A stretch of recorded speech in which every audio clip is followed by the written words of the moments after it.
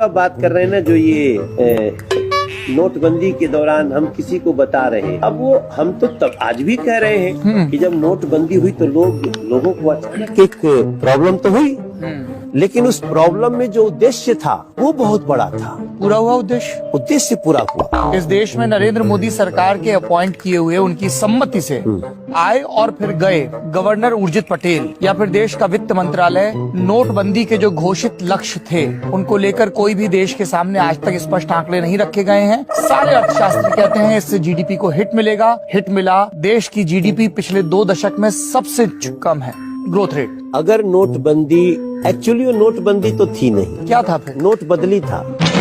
उसी को तो नोटबंदी कहते हैं कि जो नोट है वो नहीं चलेंगे, लेकिन उसको दे दीजिए दूसरे मिल जाएंगे। बाद दूसरे मिल जाएंगे। हाँ, तो ये नोट बदली था। नोटबंदी तो इसको गलत ढंग से कह दिया गया। नोटबंदी परफेक्ट वर्ड नहीं है उस अभियान के लिए, नोट बदली अभियान था। नोट बदली। आप ये कह रहे हैं कि नरेंद्र मोदी सरकार की ये जो सुविचारित और प्रख्यात सुप्रचारित कल्याणकारी योजनाएं हैं, इनका पैसा नोटबंदी के पैसे से आया? उससे बहुत फायदा हुआ है। कोई अर्थशास्त्री नहीं बता पा रहा है क्या फायदा हुआ। वो अर्थशास्त्री को छोड़िए, मनोज तिवारी अर्थशास्त्री को सुनिए ना।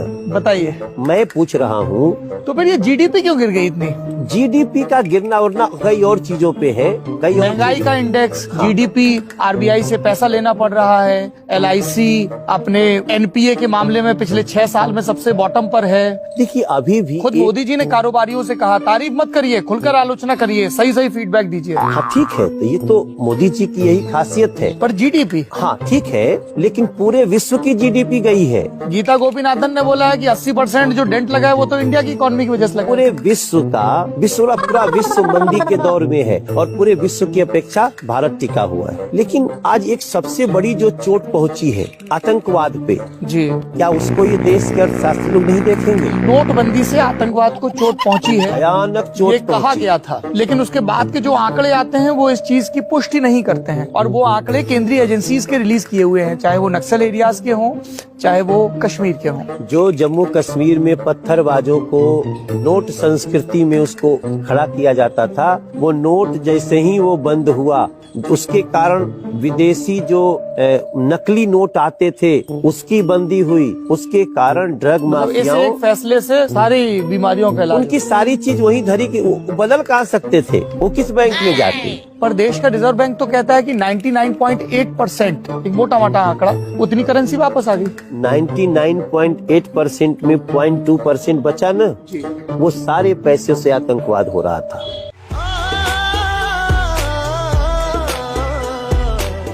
0.2% का आंकड़ा तो देखिए कितना होता है। गांधी अगर चाहता तो चौधरी साहब, आप थोड़ा सा राष्ट्रपिता हैं और आप जिस पार्टी की तरफदारी कर रहे हैं वो भी उनको सम्मान देते हैं। राष्ट्रपिता होंगे लेकिन उन देश के लिए कुछ नहीं किया। मैं बताऊं सच आपको इस देश का, बताइए। जिस दिन नेहरू प्रधानमंत्री बना था उसी दिन देश गर्त में चला गया था। मोदी ने कुछ नहीं किया होगा, लेकिन फिर भी वो लीडर है और उसने, हम वकीलों को तो मोदी को ही वोट देना चाहिए, क्योंकि उसने सरदार वल्लभ भाई पटेल की पूरे विश्व में सबसे ऊंची मूर्ति लगा दी और वो वकील था। आपने कहा कि सरदार वल्लभ भाई पटेल वकील थे, बिल्कुल सही कहा, पर वकील तो नेहरू भी थे। दूसरी चीज आपने कही कि अगर नेहरू प्रधानमंत्री नहीं होते तो कौन होता प्रधानमंत्री? सरदार वल्लभ भाई पटेल होते। आज देश की स्थिति कुछ और होती। देश में पहले चुनाव कब हुए? अब इतना मेरे को पता नहीं है, 1952। वो तो देखना पड़ेगा। और सरदार पटेल का देहांत कब हुआ? कब हुआ भाई? उससे पहले। तो फिर पटेल कैसे होते प्रधानमंत्री? कोई एक परिवार इस देश को नहीं चलाएगा। बिल्कुल नहीं चलाएगा। बिल्कुल, परिवार बुरी चीज है ना, बुरी चीज है और परिवारवाद के पूरे खिलाफ है। पूरे खिलाफ। तो फिर वसुंधरा के बेटे दुष्यंत को टिकट क्यों मिला? ऐसा है, उसको टिकट मिला, एक आधा कार्यकर्ता, देखो जी आएंगे आपके पास भी आएंगे। आ रहे। सौरभ जी सुनो, ये हाथ क्यों पकड़ रहे हैं? सौरभ जी, मैं ये कह रहा हूँ कि हमें इस तरह की बात तो, अरे सुनूंगा, आप ही सामने माइक रहेगा, हमें इस तरह के स्वीपिंग रिमार्क्स नहीं देने चाहिए। आप लोग तो वकील हो, जब आप लोग मुकदमा लड़ते होगे तो आप लोग आईपीसी दिखाते हो, अलग अलग कोर्ट के जजमेंट दिखाते हो। मैं ये कह रहा हूँ, एक सेकंड, मैं ये कह रहा हूँ दोनों पार्टियों से ये बात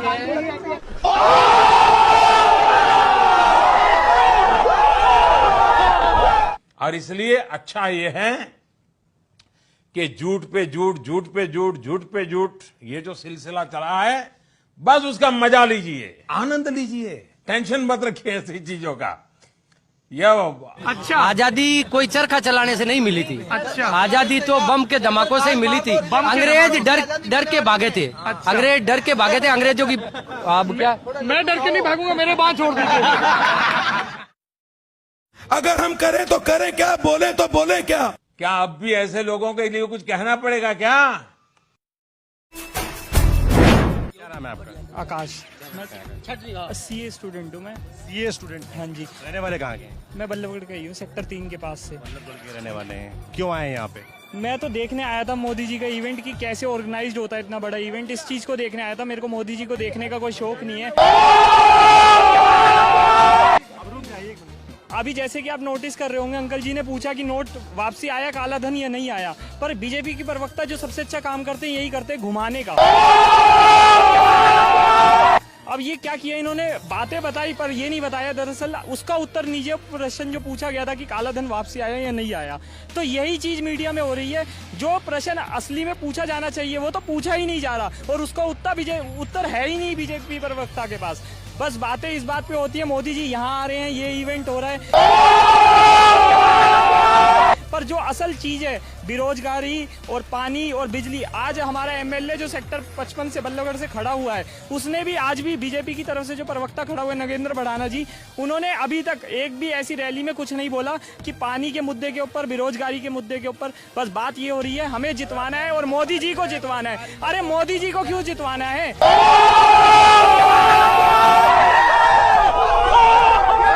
एमएलए का जो चुनाव है उसके लिए मैं चाहूंगा कि उसी को चुना जाए जो काम करके देगा। पिछली बार जो हमारे यहाँ से इस बार खड़े हुए बीजेपी से, वो इनेलो से खड़े हुए थे, पर इनको इस बार भाजपा से टिकट मिल गई। तो इसके पीछे क्या कारण है?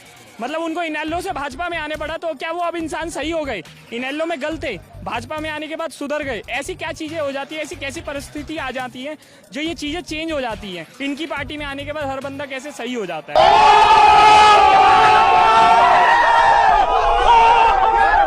मुद्दे मेरे हिसाब से तो पानी की जो दिक्कतें आ रही हैं, सेक्टर में दिक्कतें आ रही हैं, गांव में हैं ही दिक्कतें पहले से ही, और बिजली को लेके जो दिक्कतें आ रही हैं, कट आता है 2-2, 2.5 घंटे का, उस मुद्दे के ऊपर बात करना चाहिए। जो रोडें बन रही हैं उनको रोडें और बनवाएं, गांव से कनेक्टिविटी शहर की जोड़नी चाहिए, इनके ऊपर बात होनी चाहिए। पर इनके ऊपर कोई बात नहीं है, सिर्फ इसके ऊपर बात है कि मोदी जी को वोट दीजिए। अरे मोदी जी को वोट देने का कोई कारण तो बताइए आप।